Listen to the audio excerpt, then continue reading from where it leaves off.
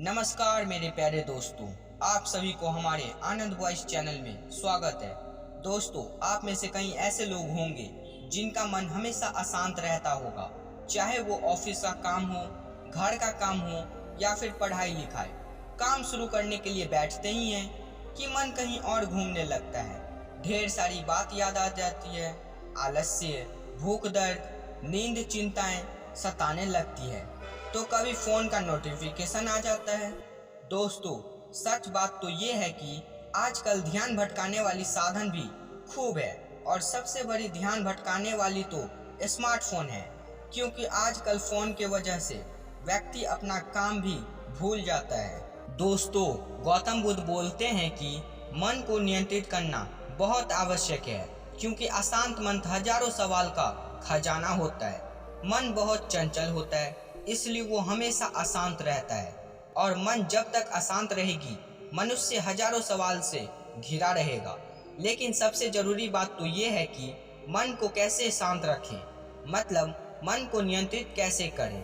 दोस्तों, आज की वीडियो आपके लिए बहुत खास होने वाली है, क्योंकि आज मैं आप लोगों को 4 ऐसे चरण बताऊंगा जिन्हें जानने के बाद आप अपने मन को नियंत्रित कर सकोगे। तो आप लोगों से मैं प्रार्थना करता हूँ कि वीडियो को ध्यान पूर्वक सुने। एक बार की बात है, एक आनंद नाम का लड़का गौतम बुद्ध के पास गया और पूछा कि गुरुवर, मन को नियंत्रित करने का उपाय बताइए। गौतम बुद्ध बोले, पहले तुम शांति पूर्वक मेरे आश्रम में बैठ जाओ, फिर मैं तुमको बताता हूँ। गौतम बुद्ध बोले, पहला नियम, मन के लालच को समझना, क्योंकि जब मन अशांत रहता है तो ये हमें अनेक प्रकार के लालच देता है। जो व्यक्ति मन के द्वारा दिए गए लालच को समझ जाता है, समझो उसने अपने मन को पहचान लिया है। फिर वो लड़का बुद्ध से कहता है कि गुरुजी, ये हमें कैसे पता चलेगा कि हमारा मन हमें लालच दे रहा है? इसका उत्तर देते हुए गौतम बुद्ध कहते हैं, अनुभव से।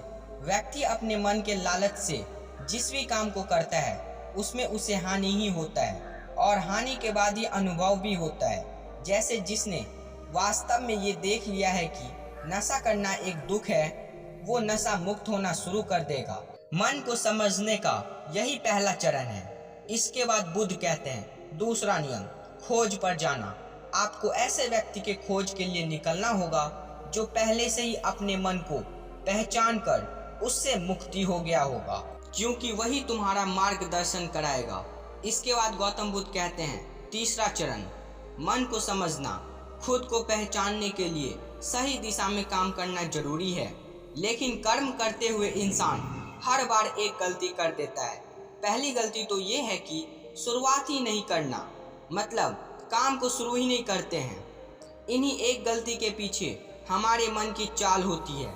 व्यक्ति अपने काम को इसलिए पूरा नहीं कर पाता है कि वो सोचता है कि मैं कल से शुरू करूँगा, तो कोई सोचता है कि मैं इस काम को करूँगा और असफल हो गया। तो इन गलती का मुख्य कारण है जागरूकता की कमी। इसके बिना मन व्यक्ति को सही दिशा में चलने नहीं देता है। गौतम बुद्ध कहते हैं, चौथा नियम, जागरूकता। इसलिए आप किसी भी काम को करें, पूरे जागरूकता के साथ काम करें, क्योंकि बिना जागरूकता से किया गया काम मृत्यु से कम नहीं होता है। इस पर वो लड़का बुद्ध से पूछता है कि अपनी जागरूकता को कैसे बढ़ाएं। गौतम बुद्ध कहते हैं, ध्यान करके, क्योंकि ध्यान ही मन को जानने और समझने का अंतिम चरण है।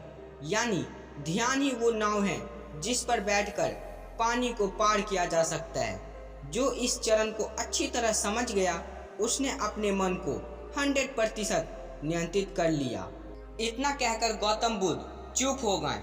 फिर वो लड़का बुद्ध के पैर छूता है और वहां से चला जाता है।